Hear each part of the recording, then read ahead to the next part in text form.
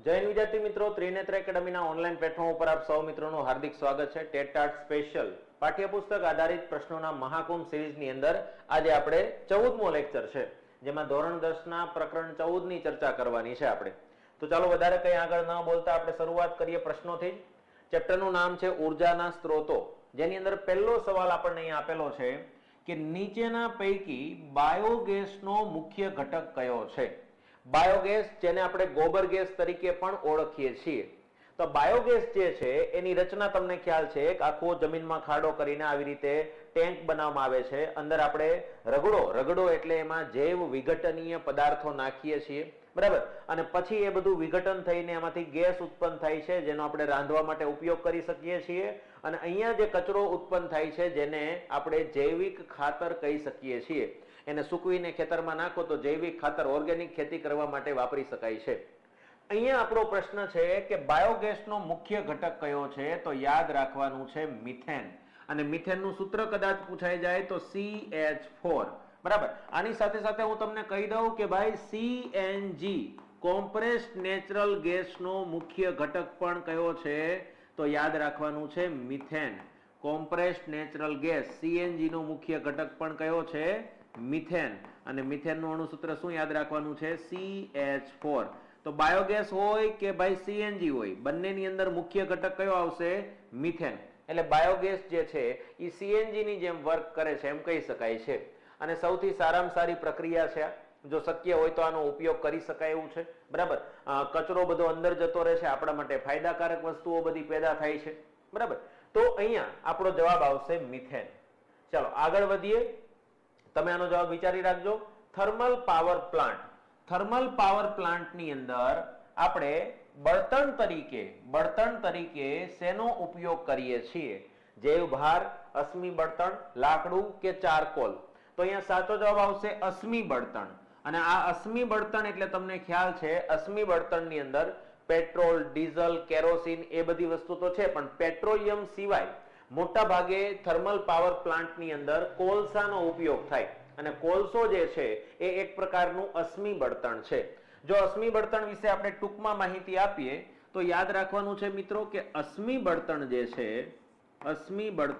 છે એ હજારો લાખો વર્ષો સુધી કોઈ જૈવિક પદાર્થો જમીનમાં દટાયેલા રહે છે, તો એમાં કાર્બોનાઇઝેશનની પ્રક્રિયા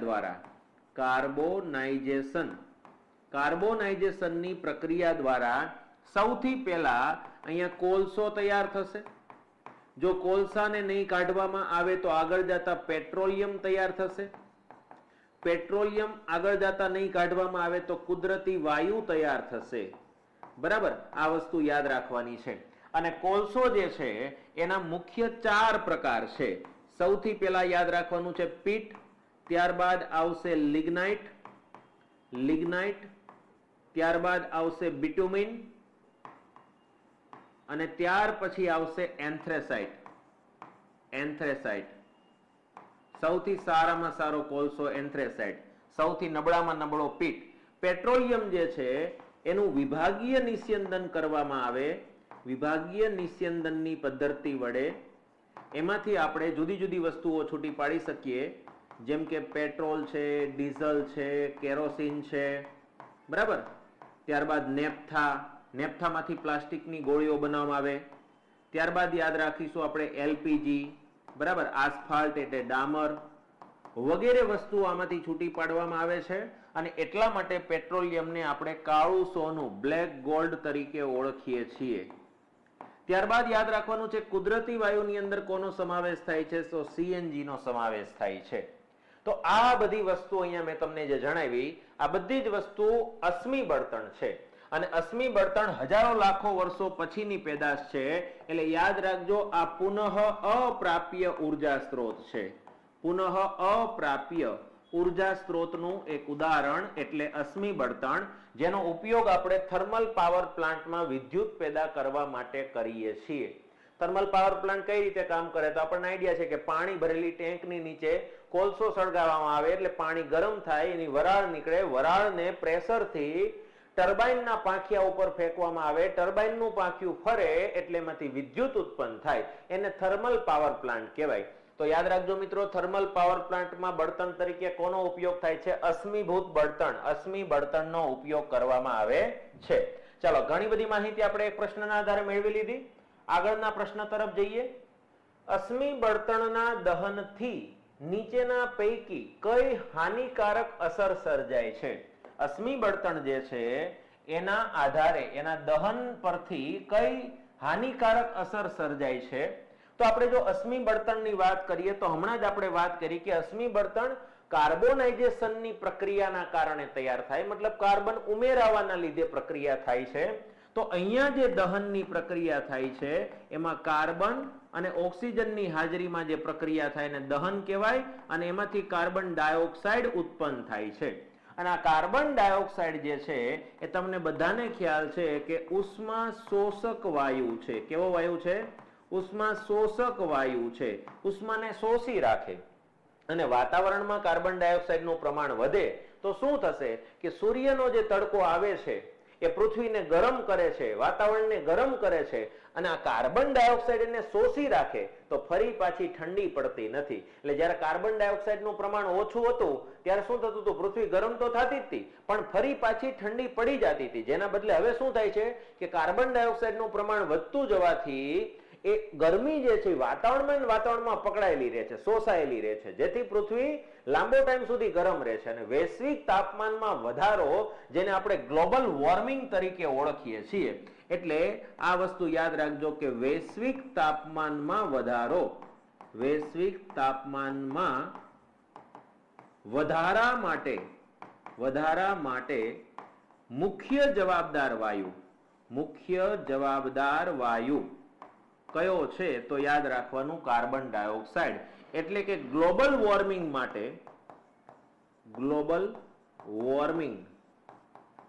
માટે મુખ્ય જવાબદાર વાયુ કયો છે? તો યાદ રાખવાનું છે કાર્બન ડાયોક્સાઇડ. તો અશ્મિ બળતણના દહનના કારણે મેઇન વસ્તુ શું થવાની છે? તો ગ્લોબલ વોર્મિંગ, એટલે જેને આપણે ગ્રીન હાઉસ અસર તરીકે ઓળખીએ છીએ. તો અહીંયા રાઈટ આન્સર કયો થઈ જશે કે અશ્મિ બળતણના દહનના કારણે જો મુખ્ય ઘટના કોઈ બનતી હોય તો એ છે ગ્રીન હાઉસ અસર. બરાબર, આ વસ્તુ અહીંયા યાદ રાખવાની છે. ચાલો, ત્યારબાદ આપણે આગળના પ્રશ્ન તરફ જઈએ. ગ્રીન હાઉસ વાયુ શોધો. ગ્રીન હાઉસ વાયુ જે છે એમાં આપણને એક તો ખબર છે કાર્બન ડાયોક્સાઇડ, પણ એની સિવાય અમુક વાયુ એવા હોય છે કે જે વૈશ્વિક તાપમાનના વધારા માટે જવાબદાર હોઈ શકે છે. તો અહીંયા હું તમને લખાવી દઉં છું કે વૈશ્વિક તાપમાનના વધારા માટે, વૈશ્વિક તાપમાનના વધારા માટે જવાબદાર પરિબળો કયા કયા હોઈ શકે? બરાબર, તો યાદ રાખવાનું છે મિત્રો કે વૈશ્વિક તાપમાનમાં વધારો છે એક તો કાર્બન ડાયોક્સાઇડના લીધે થશે. કાર્બન ડાયોક્સાઇડ, જેને આપણે CO2 કહીએ છીએ, અને આ મુખ્ય જવાબદાર વાયુ છે. મુખ્ય જવાબદાર વાયુ છે. એની સિવાય જો વાત કરીએ અન્ય વાયુની તો એમાં મિથેન પણ આવી જશે.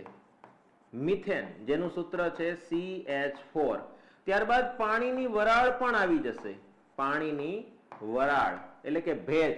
આ બધી જ વસ્તુ જે છે એ વિશ્વ આખાના તાપમાનના વધારા માટે જવાબદાર છે.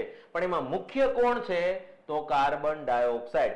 સૌથી વધારે વાતાવરણને ગરમ કોણ કરે છે? તો કાર્બન ડાયોક્સાઇડ. પણ એની સિવાય પણ ઘણી બધી વસ્તુ છે જે આપણને ખ્યાલ છે વૈશ્વિક તાપમાનમાં વધારો કરે છે. તો આમાંથી તમને શું આપેલું છે? જો મિથેન અને કાર્બન ડાયોક્સાઇડ આ અહીંયા આપણે ગ્રીન હાઉસ વાયુ માટે અસરકારક ગણી શકીએ. પાણીની વરાળ પણ ગ્રીન હાઉસ અસર ઉત્પન્ન કરે છે, કેમ કે હવામાં જે વરાળ હોય ને એ પણ આ ઉષ્ણતામાન, ઉષ્માને શોષી રાખવાનું કામ કરે છે. પણ સૌથી વધારે ડિપેન્ડ કોણ છે? Carbon dioxide. એટલે અહીંયા બે રીતે પ્રશ્ન પૂછાય, ગ્રીન હાઉસ વાયુઓ કયા છે અથવા ગ્રીન હાઉસ અસર માટે મુખ્ય જવાબદાર વાયુ કયો છે? બરાબર, તો આ વસ્તુ અહીંયા યાદ રાખવાની છે. ચાલો આગળ વધીએ. એના પછીનો સવાલ તમે પણ આમાં વિચારતા જજો તમને શું જવાબ લાગે છે તે. આ સિમ્પલ લોજિક વાળો જવાબ છે. જો નીચેના પૈકી કયા બળતણના દહનથી રાખ જે છે, રાખ એટલે અવશેષ, બાકી રહેતા નથી, મતલબ રાખ ઉત્પન્ન થતી નથી. કોનું દહન થવાથી રાખ ઉત્પન્ન નહીં થાય? હવે લાકડાને તમે સળગાવશો તો એમાંથી તો રાખ ઉત્પન્ન થશે. ચારકોલ કોલસાને સળગાવશો તો એમાંથી પણ રાખ ઉત્પન્ન થશે. કોલસાને સળગાવો તો એમાંથી પણ રાખ ઉત્પન્ન થશે. તો અહીંયા એકમાત્ર એવી વસ્તુ છે બાયોગેસ કે જેને સળગાવવાથી રાખ જેવા અવશેષ ઉત્પન્ન થતા નથી. ખાસ કરીને સીએનજી છે, એલપીજી છે, બાયોગેસ છે, આવી વસ્તુ જ્યારે તમે સળગાવશો ત્યારે એમાંથી રાખ ઉત્પન્ન થવાની નથી. જ્યારે કોલસો છે, પછી લાકડું છે, છાણા છે, આવી બધી વસ્તુઓ સળગાવો ત્યારે એમાંથી રાખ ઉત્પન્ન થાય. અને રાખનો મતલબ શું છે? તો આપણા શરીરને સળગાવીએ તો આપણામાંથી રાખ ઉત્પન્ન થાય. કારણ કે જે વસ્તુ કાર્બનની બનેલી હોય એ જ વસ્તુ સળગી શકે. કાર્બન વગરની કોઈ વસ્તુ સળગશે નહીં. એટલે આપણા શરીરને જ્યારે અગ્નિદાહ આપવામાં આવશે મૃત્યુ બાદ, ત્યારે શું થશે કે લાકડા સાથે આપણું શરીર મિક્સ કરીને હળગાવી દે, ત્યારે જે રાખ પડી રહી ને એનો મતલબ એવો થયો કે આ લાકડા અને આ શરીરની અંદર જેટલામાં કાર્બન નહોતું ને એ અહીંયા પડ્યું રહ્યું, અને જેટલામાં કાર્બન હતું ને એ બધું ઓક્સિજન સાથે મિક્સ થઈને કાર્બન ડાયોક્સાઇડ બની ગયું. એટલે કોઈ પણ વસ્તુને સળગાવો અને એમાં વધારે રાખ ઉત્પન્ન થાય તો સમજવાનું કે એમાં કાર્બનનું પ્રમાણ ઓછું હતું, અને જો ઓછી રાખ ઉત્પન્ન થાય તો સમજવાનું કે એમાં કાર્બનનું પ્રમાણ વધારે હતું.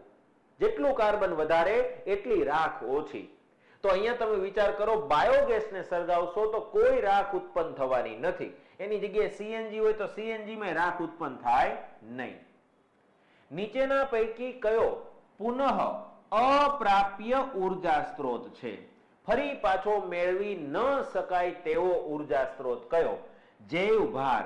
હવે જૈવભારમાં શું શું આવશે એની હું તમને વાત કરી દઉં એટલે તમને આઈડિયા આવે. જૈવભારની અંદર જેમ કે લાકડું આવી જાય, બરાબર, બાયોગેસ આવી જાય જેને આપણે ગોબર ગેસ કહીએ છીએ, છાણા આવી જાય. આ બધી વસ્તુ કેવી છે? જૈવભાર છે. જૈવભારનો મતલબ શું થાય? સજીવના ભાગોમાંથી તૈયાર થતું બળતણ એટલે જૈવભાર બળતણ. તો આ તો પુનઃપ્રાપ્ય છે. લાકડું ફરીવાર મળી જાય, બાયોગેસ ફરીવાર મળી જાય, છાણા તમને ખબર છે ફરીવાર મળી જાય. ભેંસ પ્રોડક્શન કરે એટલે છાણા પાછા મળી જાય તમને, બરાબર. હવે પવન ઉર્જા છે તો પવન ઉર્જા તમને ખ્યાલ છે કે એ પણ ફરી વખત પ્રાપ્ત કરી શકાય છે, એટલે એ પણ પુનઃપ્રાપ્ય છે. ભરતી ઉર્જા, ભરતી અને ઓટના આધારે આપણે ટર્બાઇન ફેરવીને એમાંથી ઉર્જા ઉત્પન્ન કરી શકીએ છીએ. તો ભરતી ઓટ તો આવ્યા જ કરવાની છે, તો એ પુનઃપ્રાપ્ય છે. પણ અહીંયા જો વાત કરીએ તો આ અશ્મિ બળતણ જે છે એ પુનઃ અપ્રાપ્ય ઉર્જા સ્ત્રોત છે.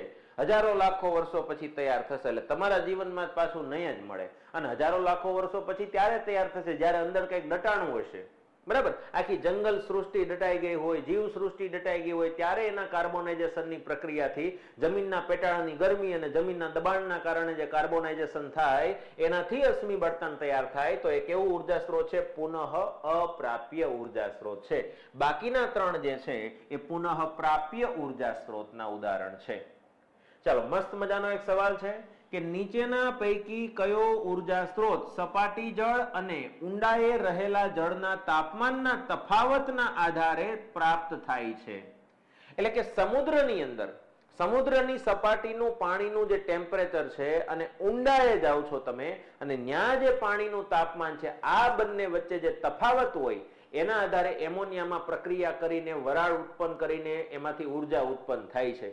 આ આખી એક જે ઉર્જાનો સ્ત્રોત છે એને સમુદ્ર તાપીય ઉર્જા કહેવાય છે. શું કહેવાય છે? સમુદ્ર તાપીય ઉર્જા. અને અહીંયા પણ યાદ રાખવાની છે એક વસ્તુ, નોંધ કરવા જેવી બાબત એ છે, આવો પ્રશ્ન પણ પરીક્ષામાં પૂછાઈ જાય કે સમુદ્ર તાપીય ઉર્જામાં સમુદ્ર તાપીય ઉર્જા પ્રાપ્ત કરવા સમુદ્રની સપાટીના પાણી અને ઊંડાઈએ રહેલા પાણીના તાપમાનનો તફાવત ઓછામાં ઓછો 20 અંશ સેલ્સિયસ હોવો જરૂરી છે. એટલે કે સમુદ્રની સપાટીનું તાપમાન અને ઊંડાએ રહેલા પાણીનું તાપમાન છે એ બંને વચ્ચે 20 અંશ સેલ્સિયસનો તફાવત હોવો જોઈએ. એટલે સમુદ્રની ઊંચાઈ જે સપાટીનું તાપમાન છે ત્યાં માની લો કે 100 અંશ સેલ્સિયસ હોય તો ઊંડાઈએ જાઓ તો મિનિમમ 80 અંશ સેલ્સિયસ હોવું જોઈએ. એનાથી ઓછું હોય તો વાંધો નથી, પણ ઓછામાં ઓછું તાપમાનનો તફાવત 20 અંશ સેલ્સિયસનો હોય તો જ સમુદ્ર તાપીય ઉર્જા પ્રાપ્ત કરી શકાય છે, બાકી નહીં. એટલે 20 અંશ સેલ્સિયસ પણ આપણા માટે મહત્વની વસ્તુ છે. બરાબર. સમુદ્રમાંથી છે ને 3 પ્રકારની ઉર્જા ઉત્પન્ન થાય: ભરતી ઉર્જા, તરંગ ઉર્જા અને સમુદ્ર તાપીય ઉર્જા. બરાબર. તો સમુદ્રમાંથી પ્રાપ્ત થતી આ 3 ઉર્જાના સ્ત્રોતો યાદ રાખવાના છે: ભરતી ઉર્જા, તરંગ ઉર્જા અને સમુદ્ર તાપીય ઉર્જા. અને એના આ ઉર્જા પ્રાપ્ત કરવા માટે આખું સ્ટેશન બનાવવું પડે અહીંયા. બરાબર, કે સમુદ્રની ઊંડાઈમાં રહેલું પાણી જે છે એનું તાપમાન માપીને ત્યાં પ્રક્રિયા કરીને આ માપ બનાવવામાં આવે છે. આ વસ્તુ ધ્યાનમાં રાખજો. ચાલો આગળ વાત કરીએ. મસ્ત મજાનો વિધાન અને કારણ વાળો એક સવાલ છે. ચાલો તો ચેક કરીએ. અહીંયા સૌથી પહેલા આપેલું છે એક વિધાન. શું આપ્યું છે? આપણે વધુમાં વધુ ઉર્જા સ્ત્રોતના વિકલ્પો તરફ નજર રાખવી જોઈએ. એટલે આપણે શું કરવું જોઈએ કે જેટલા અલગ અલગ ટાઈપના ઉર્જાના સ્ત્રોતો મળે એના ઉપર ધ્યાન રાખવું જોઈએ કે ભાઈ કઈ કઈ જગ્યાએથી આપણે ઉર્જા મેળવી શકીએ છીએ. અને બીજી વસ્તુ અહીંયા કારણમાં તમને આપેલું છે કે અશ્મિ બળતણના ખૂબ મર્યાદિત ભંડાર છે. આપણે જે અશ્મિ બળતણની વાત કરી ને, કોલસો છે, પેટ્રોલિયમ છે, સીએનજી છે, આ બધી વસ્તુ કેવી છે? મર્યાદિત છે. તો હવે આપણને એટલી ખબર પડી ગઈ કે આપણે બધા જુદા જુદા ઉર્જા સ્ત્રોત શું કામ ધ્યાનમાં રાખવા જોઈએ? કારણ કે અશ્મિ બળતણ છે પૂરું થવાનું છે, પુનઃ અપ્રાપ્ય ઉર્જા સ્ત્રોત છે, ફરીવાર મળવાનું નથી. તો આપણે બીજા બધા વિકલ્પ પ્લાન બી રાખવા પડશે. કેમ કે કોલસો પૂરો થઈ જાય પછી શું કરશો? પેટ્રોલિયમ પૂરું થઈ જાય પછી શું કરશો? સીએનજી પૂરું થઈ જાય પછી શું કરશો? તો એટલા માટે આપણે જુદી જુદી બીજી ઉર્જાની પ્રાપ્તિ માટે ઉર્જા સ્ત્રોતના ખ્યાલ રાખવા જોઈએ. એટલે વિધાન 1 પણ સાચું છે અને કારણ R પણ સાચું છે. અને બીજી વસ્તુ R જે છે, કારણ જે છે, એ વિધાન માટે યોગ્ય પણ છે. એટલે અહીંયા જો A અને R બંને સાચા છે અને R એ એની સાચી સમજૂતી છે. બરાબર. અત્યારે તો આપણે મોટા ભાગની વસ્તુ અશ્મિ બળતણ ઉપર જ આધાર રાખીએ છીએ, પણ આપણે પ્લાન બી વિચારી રાખવો પડશે. કારણ કે કદાચ આપણે મળી જાવ ત્યાં સુધી વાંધો નહીં આવે, પણ આપણી આગળની પેઢી જે છે એને મને નથી લાગતું અશ્મિ બળતણમાંથી ઉર્જા મળી રહે. એટલે અને એવો ઉર્જા સ્ત્રોત ગોતો કે જેમાં પ્લાન સી ગોતવો જ ન પડે. અને એવો ઉર્જા સ્ત્રોત એટલે આપણને ખબર છે સૂર્ય. સૂર્ય ક્યારે પૂરો થવાનો જ નથી, તાપમાન ક્યારે ઘટવાનું જ નથી. તો સોલાર પેનલ જે છે એ એવો ઉર્જા સ્ત્રોત છે કે પૃથ્વીના અંત સુધી આપણને એમાંથી ઉર્જા પ્રાપ્ત કરવા માટે કામ લાગવાની છે. ગમે એટલા સોલાર ફિટ કરી દો, સૂર્યની ઉર્જા પૂરી થવાની નથી. એટલે આપણા માટે જો સારામાં સારો ઉપાય હોય ને ઉર્જા પ્રાપ્ત કરવાનો તો એ છે સોલાર. એટલે આગલું ભવિષ્ય જે છે ને આખું સોલાર ઉપર ટકી રહેવાનું છે, યાદ રાખજો. કેમ કે જમીનના પેટાળમાંથી આપણે બધું પેટ્રોલિયમ ચૂસી લીધું છે, બધા કોલસા કાઢી લીધા છે. બરાબર. તો વધુ કાંઈ નથી હવે. ચાલો તો આ વસ્તુ અહીંયા યાદ રાખજો. આગળ વધીએ આપણે. તો જે મિત્રો અત્યારે દ્રોણાચાર્ય બેચમાં ભણી રહ્યા છે એના માટે આ નવીન વસ્તુ નથી, એ લોકો તો મોજ કરે જ છે. બરાબર. એને એની તૈયારી તો ક્યારની શરૂ કરી દીધી છે. પણ જે મિત્રોને આ દ્રોણાચાર્ય બેચ વિશે ખ્યાલ નથી એને જણાવી દઉં કે ટેટ 1, 2, સેકન્ડરી, હાયર સેકન્ડરી તમામ પરીક્ષાઓની લાઈવ અને રેકોર્ડેડ સ્વરૂપે પ્રિલિમ્સ પ્લસ મેઇન્સ બધી જ તૈયારી કરવામાં આવતી બેચ એટલે દ્રોણાચાર્ય બેચ. જેમાં શિક્ષક અભિયોગ્યતા, ગણિત, રીઝનિંગ, ગુજરાતી વ્યાકરણ, અંગ્રેજી વ્યાકરણ, જીકે, વર્તમાન પ્રવાહ, ગુજરાતી ભાષા, અંગ્રેજી ભાષા બોલે તો નિબંધ, પત્ર લેખન, ચર્ચા પત્ર વગેરે વસ્તુ આની અંદર શીખવાડવામાં આવે છે. સાથે સાથે ટેસ્ટ આપવામાં આવે છે, મટીરિયલ આપવામાં આવે છે, વિષય વસ્તુને લગતું પણ મટીરિયલ આપવામાં આવે છે, એની પણ તૈયારી કરવામાં આવે છે. આ બધી જ વસ્તુ જે છે દ્રોણા કોડ, કૂપન કોડ નાખીને તમે 45% ડિસ્કાઉન્ટ એટલે કે 2199 માં પરીક્ષા સુધીની વેલિડિટી માટે આ કોર્સ લઈ શકો છો.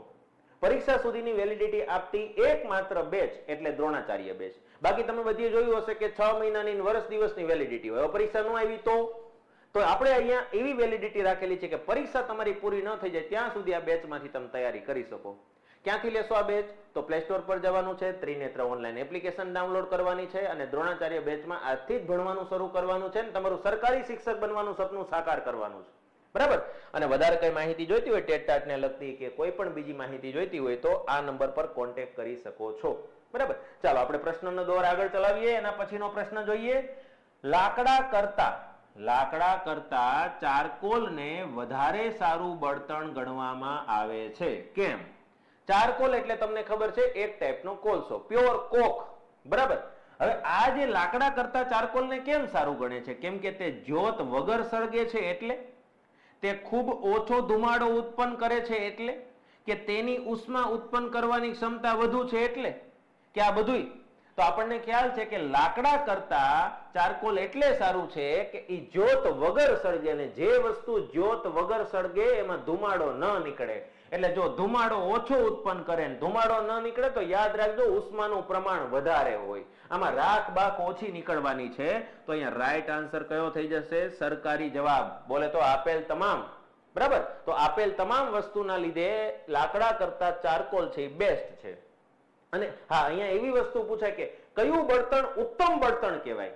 તો ઉત્તમ બળતણની અંદર એક જ ઉદાહરણ છે ને એ છે સીએનજી. કેમ કે જો એને સળગાવો તો ઉર્જા વધારે નીકળે, રાખ નો નીકળે, પ્રદૂષણ નો ફેલાવે, હેરફેર કરવી સરળ છે. એકવાર પાઇપલાઇન ફિટ કરી દીધી તો કોઈ ગેસના બોટલ ભરવાની જરૂર નથી, કોઈ વાહન વ્યવહારની જરૂર નથી. એટલે એનું ટ્રાન્સપોર્ટ સિસ્ટમ જે છે એ પણ ખૂબ સારી છે. તો ઉત્તમ બળતણ કોને કહેવાય? તો યાદ રાખજો, જે બધી જ રીતે સારું હોય એને ઉત્તમ બળતણ કહેવાય ને એમાં જવાબ આવશે સીએનજી, કોમ્પ્રેસ્ડ નેચરલ ગેસ, જમીનમાંથી નીકળતો દબાણપૂર્વક નીકળતો કુદરતી વાયુ. બરાબર, ચાલો આગળના પ્રશ્ન તરફ જઈએ. નીચેના પૈકી શામાંથી ટર્બાઇન, ટર્બાઇન એટલે શું? તો એક ટાઈપનું જનરેટર ના ઉપયોગ વગર વિદ્યુત ઉર્જા ઉપરાંત રૂપાંતરણ મેળવી શકાય છે. મતલબ કે ટર્બાઇન વગર વિદ્યુત પેદા કરે એ ઉર્જા કઈ છે આમાંથી? તો તમને ખબર છે ભૂતાપીય ઉર્જા છે કે ભરતી ઉર્જા છે કે તરંગ ઉર્જા છે, જે સમુદ્રમાંથી પ્રાપ્ત કરવામાં આવે છે, એમાં ક્યાંક ને ક્યાંક ટર્બાઇનનો ઉપયોગ થાય.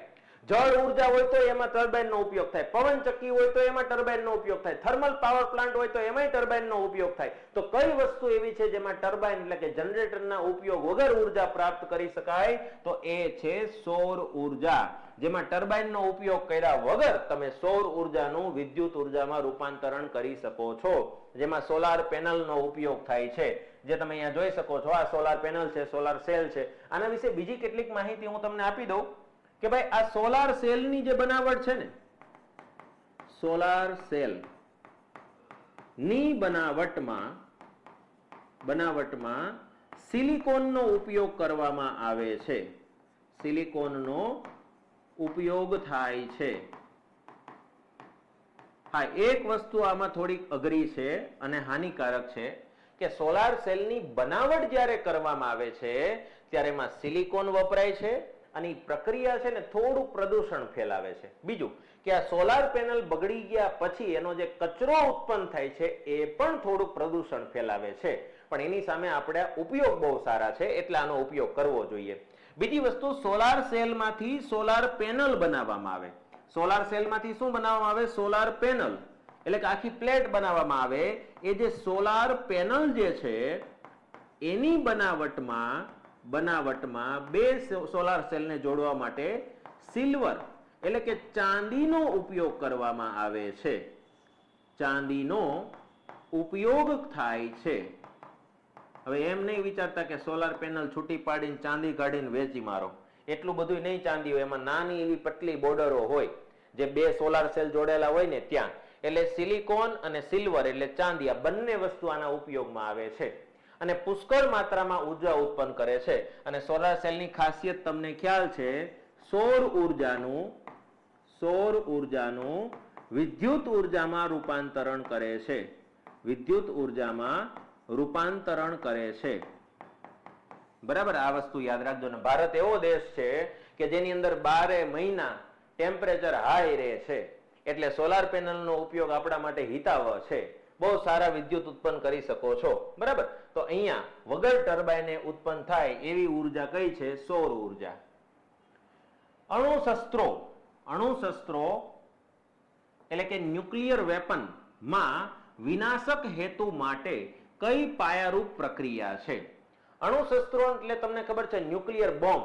બરાબર, ફેટમેન, લિટલ બોય. તો આ વસ્તુ જે છે એની અંદર ન્યુક્લિયર વેપન જે છે એની અંદર કઈ પ્રક્રિયા જવાબદાર છે? તો યાદ રાખજો કે એમાં એક યુરેનિયમનો કણ હોય ને એ છૂટો પડીને 2 યુરેનિયમ બની જાય, એમાંથી પાછા 2 યુરેનિયમ બની જાય, એમાંથી પાછા 2 યુરેનિયમ બની જાય. આવી રીતે પ્રક્રિયા ચાલુ જ રહે. અને જ્યારે એકમાંથી 2 બને છે ત્યારે આ પ્રક્રિયાને ન્યુક્લિયર વિખંડન પ્રક્રિયા કહેવાય. શું કહેવાય? ન્યુક્લિયર વિખંડન પ્રક્રિયા કહેવાય. અને આ જે પ્રક્રિયા છે એમાં પુષ્કળ માત્રામાં ઉર્જા ઉત્પન્ન થાય. સારી જગ્યાએ પણ આનો ઉપયોગ કરી શકાય છે અને વિનાશ કરવા માટે આનો ઉપયોગ કરી શકાય છે. ન્યુક્લિયર પાવર પ્લાન્ટ જે હોય છે એની અંદર યુરેનિયમ અને થોરિયમ જેવા તત્વો જે છે એનું ન્યુક્લિયર વિખંડન કરીને પુષ્કળ માત્રામાં ઉર્જા ઉત્પન્ન કરવામાં આવે છે અને બોમ્બ બનાવીને ન્યુક્લિયર વિખંડન દ્વારા પુષ્કળ માત્રામાં વિનાશ સર્જવામાં આવે છે. તો બંને વસ્તુ થાય. આમાંથી તમે સારું કામ પણ લગાડી શકો અને ખરાબ કામ માટે પણ લગાડી શકો. બીજી વસ્તુ, સૂર્ય ઉપર જે પ્રક્રિયા થાય છે એમાં બે ભેગા થઈને એક બને છે. હાઇડ્રોજન ભેગા થઈને હિલિયમ બનવાની પ્રક્રિયા એને ન્યુક્લિયર સંલયન પ્રક્રિયા કહેવાય અને આ ન્યુક્લિયર વિખંડન પ્રક્રિયા છે. બરાબર. તો અહીંયા આપણે યાદ રાખવાનું છે કે ભાઈ આ ન્યુક્લિયર વેપન જે છે એમાં શૃંખલા વિખંડન એટલે કે ન્યુક્લિયર વિખંડન પ્રક્રિયા થઈને પુષ્કળ માત્રામાં વિનાશ સર્જે છે. ન્યુક્લિયર પાવર પ્લાન્ટ આવે ને તો એમાં પણ યાદ રાખવાનું. હા, ન્યુક્લિયર પાવર પ્લાન્ટ આવે તો યુરેનિયમ અને થોરિયમ જેવા તત્વો બળતણ તરીકે ઉપયોગમાં આવશે, યાદ રાખજો. આગળ વધીએ. સૂર્ય કુકર, સોલાર કુકર માં નીચે પૈકી કોના વડે ગ્રીન હાઉસ અસર મેળવાય છે? પેલા તો આ ગ્રીન હાઉસ અસર કોને કહેવાય એ હું તમને સમજાવી દઉં. ધારો કે આ પૃથ્વીનો ગોળો છે, બીજી વાર ધારી લ્યો. ધારો કે આ પૃથ્વીનો ગોળો છે અને આ પૃથ્વીના ગોળાની આસપાસ આપણને ખબર છે કે ઓઝોન સ્તર આવેલું છે. હવે સૂર્યનું કિરણ અહીંયાથી આવશે, આ સૂર્ય છે, સૂર્યનું કિરણ અહીંયાથી આવશે તો એ ઓઝોન સ્તરમાં ગળાઈને આવે. પણ માની લ્યો કે અહીંયા ગાબડું પડી ગયું છે તો સીધે સીધું કિરણ આવી જાય, પછી અંદર ને અંદર અથડાયા કરે, એના કારણે વૈશ્વિક તાપમાનમાં વધારો થાય. એને આપણે ગ્રીન હાઉસ અસર કહી શકીએ છીએ. તો અંદર ને અંદર તાપમાન વધતું જાય. આવી વસ્તુ સોલાર કુકરમાં કઈ જગ્યાએ આવે? તો યાદ રાખજો, આમાં ઘણી બધી સિસ્ટમ છે ખોરાકને જલ્દી ગરમ કરવા માટે. પેલા તો અહીંયા એક અરીસો લગાડેલો હોય છે. હા, એમાં યાદ રાખવાનું છે કે કયા અરીસાનો ઉપયોગ થાય છે. અહીંયા જે અરીસો લગાડેલો હોય એ અંતરગોળ અરીસો હોય છે. અંતરગોળ અરીસો. એટલે પ્રશ્ન પૂછાય પરીક્ષામાં કે સોલાર કુકરમાં કયા અરીસાનો ઉપયોગ થાય છે? તો અંતરગોળ. ભલે સીધો લાગે પણ એ અંતરગોળ હોય. બરાબર. બીજું, અહીંયા જે કાચની તકતી લગાડવામાં આવે છે, એક કાચની તકતી આમ બંધ કરી દીધી હોય. જો એક તો સૂર્યનો સીધો તડકો પડશે, આ અરીસા હારે અથડાઈને પડશે, અને કાચની તકતી એટલે લગાડેલી છે કેમ કે ગ્રીન હાઉસ અસર ઉત્પન્ન કરી શકાય. ગ્રીન હાઉસ અસર કેવી રીતે? તો કાચમાંથી તડકો અંદર વહી જાય પણ બહાર નીકળતી વખતે પાછો કાચ હારે ભટકાય એટલે અંદર ને અંદર ગુંગળાયા કરે, જેના લીધે સોલાર કુકરની અંદરનું તાપમાન વધી જાય. એટલે ગ્રીન હાઉસ અસર ઊભી કરવા માટે એમાં કાચની તકતીનો ઉપયોગ કરવામાં આવે છે. બીજી વસ્તુ, આ ઢાંકણા છે કાળા રંગના હોય. કાળા રંગ છે તમને ખબર છે ઉષ્માના શોષક છે. ઉષ્મા શોષક હોવાથી ઢાંકણા અને ડબ્બાનો રંગ કાળો રાખે તો જલ્દી ભાત બફાઈ જાય. પણ જેનામાં ધીરજ હોય ને એ લોકો જ આમાં ભાત બાફી શકે. કારણ કે આમાં કેવું થાય કે તાપમાન તો બહુ બધું ભેગું થાય પણ આપણને શું થાય કે જોઈ લેવી બફાઈ જાય કે નથી બફાઈ જાય. હવે તમે જેવું આ ઢાંકણું ખોલો એટલે તમે ગ્રીન હાઉસ અસરની પથારી ફેરવી નાખી. તમે જે અંદર ઓલું તાપમાન ભેગું થયું એને બહાર કાઢી નાખ્યું. હવે પાછું બંધ કરશો, પાછું તાપમાન ભેગું થાય, પાછા બફાય. તો થોડીક વારે ખોલવાની જરૂર નથી. તો આમાં થાય. પણ આપણે આટલી બધી ધીરજ હવે મને નથી લાગતી રહી છે એવી. બરાબર. તો આ વસ્તુ જે છે ખાસ યાદ રાખવાની છે. અંતર્ગોળ અરીસો છે, કાચની તકતી છે, કાળો રંગ છે, આ બધાના લીધે જે છે સોલાર કુકરની અંદર જે આપણે ખોરાક મૂકો છે જલ્દી બફાઈ જશે. બરાબર. ચાલો આગળ વાત કરીએ. કૃત્રિમ સેટેલાઇટમાં એટલે કે જે આપણે કૃત્રિમ ઉપગ્રહો મૂકીએ છીએ, બરાબર, એની અંદર ઉર્જાના મુખ્ય સ્ત્રોત તરીકે કોનો ઉપયોગ થાય છે? અશ્મિ બળતણનો, યુરેનિયમનો, સોલાર સેલનો કે ગુરુત્વાકર્ષણ બળનો? હવે ગુરુત્વાકર્ષણ બળના લીધે કઈ ઉર્જા ઉત્પન્ન થાય? એકેય ઉર્જા ઉત્પન્ન ન થાય. તો યાદ રાખજો, જે આપણું સેટેલાઇટ છે એમાં લાઇટો ચાલુ રાખવી હોય તો સોલાર સેલનો ઉપયોગ થાય. કેમ કે સૂરજ દાદા ખાલી પૃથ્વીને તડકો નથી આપતા, આખા અવકાશને તડકો આપે છે. એટલે પૃથ્વીની બહાર વહી ગયા પછી સૂર્યની દિશામાં સોલાર પેનલ ગોઠવી નાખે એટલે આખી સેટેલાઇટની અંદર લાઇટિંગ સિસ્ટમ થઈ જશે, એને ઉર્જા મળી જશે. તમે જોયું હશે આ રીતે. બરાબર. આવી રીતે પેનલો લગાવેલી હોય છે. આ સેટેલાઇટ છે, કૃત્રિમ સેટેલાઇટ છે. તો આને સૌથી વધારે ઉર્જા મેળવવા માટે જવાબદાર કોણ છે? તો સોલાર પેનલ. આવી રીતે જે સોલાર પેનલો લગાડેલી હોય છે એ દિશા બદલી શકાય એવી હોય છે.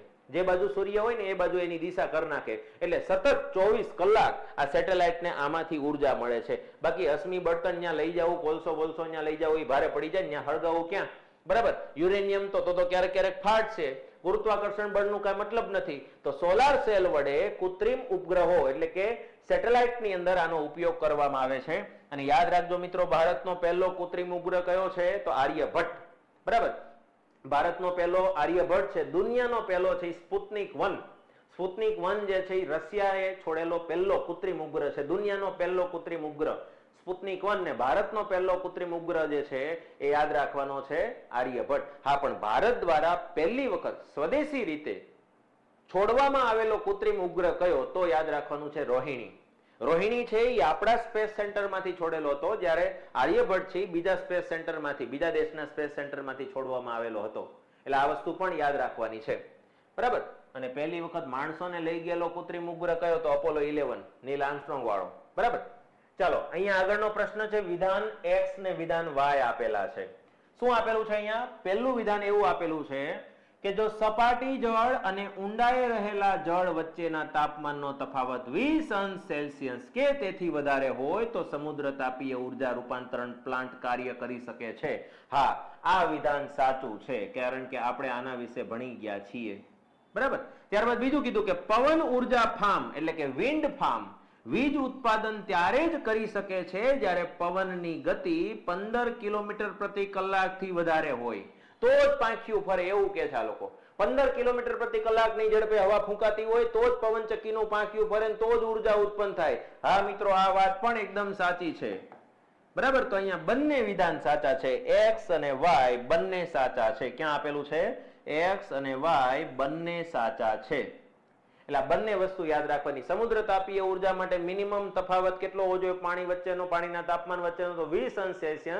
અને પવનચક્કીને ફેરવવી હોય તો પવનની ઝડપ કેટલી હોવી જોઈએ? 15 કિલોમીટર પ્રતિ કલાક. તો એવી જ જગ્યાએ પવનચક્કીઓ નાખવામાં આવે છે જ્યાં રોજ બરોજ વધારે સ્પીડમાં પવન ફૂંકાતા હોય, ખાસ કરીને દરિયાકાંઠે અથવા પર્વતીયાળ વિસ્તારોમાં. બરાબર. ચાલો આગળ વાત કરીએ. નીચેના પૈકી પૃથ્વી પરનો છેવટનો ઉર્જા સ્ત્રોત કયો છે? આ મેં તમને ચર્ચા કરી દીધી હતી. અહીંયા પેપર ફૂટી ગયું છે. છેવટનો ઉર્જા સ્ત્રોત મતલબ છેલ્લે સુધી કયો ઉર્જા સ્ત્રોત કામ લાગશે? તો યાદ રાખવાનું છે સૂર્ય. સૂર્ય જે છે એ છેવટનો ઉર્જા સ્ત્રોત છે. નીચેના પૈકી કયા ઉર્જા સ્ત્રોતો પ્રદૂષણ રહિત છે? પ્રદૂષણ રહિત મતલબ પ્રદૂષણ ફેલાવતા નથી. પવન ઉર્જા પ્રદૂષણ ન ફેલાવે, અશ્મિ બળતણ ફેલાવે, ન્યુક્લિયર ઉર્જા ન ફેલાવે. બરાબર. સૌર ઉર્જા, જો સૌર ઉર્જાની વાત કરીએ તો સૌર ઉર્જા ઉત્પન્ન થાય ત્યારે કોઈ પ્રદૂષણ નથી, પણ મેં તમને કીધું હતું કે જ્યારે સોલાર પેનલ બનાવવામાં આવે છે ત્યારે કેટલું પ્રદૂષણ થાય છે, અને એનો જે કચરો તૈયાર થાય છે ત્યારે એ સિલિકોનના લીધે કેટલું પ્રદૂષણ થાય છે.